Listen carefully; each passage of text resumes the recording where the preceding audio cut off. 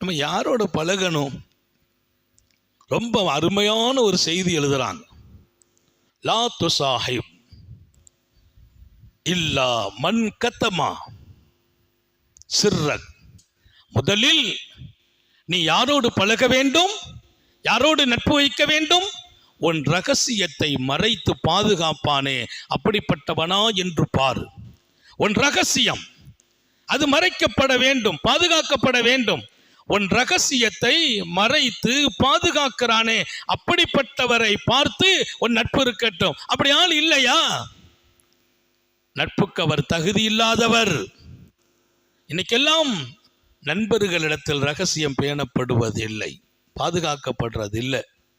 நம்ம ஏதாவது அவங்ககிட்ட ரகசியம்னு சொன்னால் நம்ம சொல்லிட்டு தொழுது சலாம் கொடுத்துட்டு போகிறதுக்குள்ள அங்கே 10 பேர் கேட்குறான், அதற்கு என்னவோ சொன்னீங்களாமே.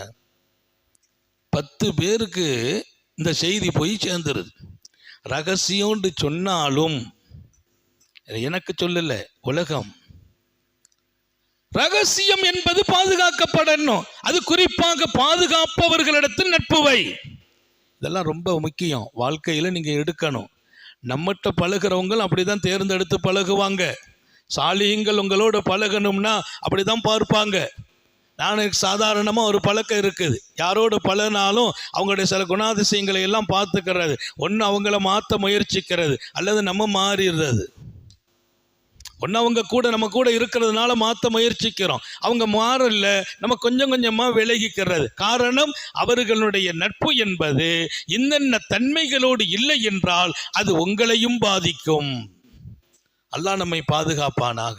அப்படியானால் லா துசாஹிப் இல்லா மன் கத்தம சிர்ரக். உன் ரகசியத்தை பாதுகாக்கணும். உன்னுடைய குடும்ப ரகசியம், உன் சொந்த ரகசியம், இதையெல்லாம் வெளியில கொண்டு போகாதவராக இருக்கணும், பாதுகாக்கிறதா இருக்கணும். என்ன நெருக்கடி வந்தாலும் அவர் சொல்ல மாட்டார்.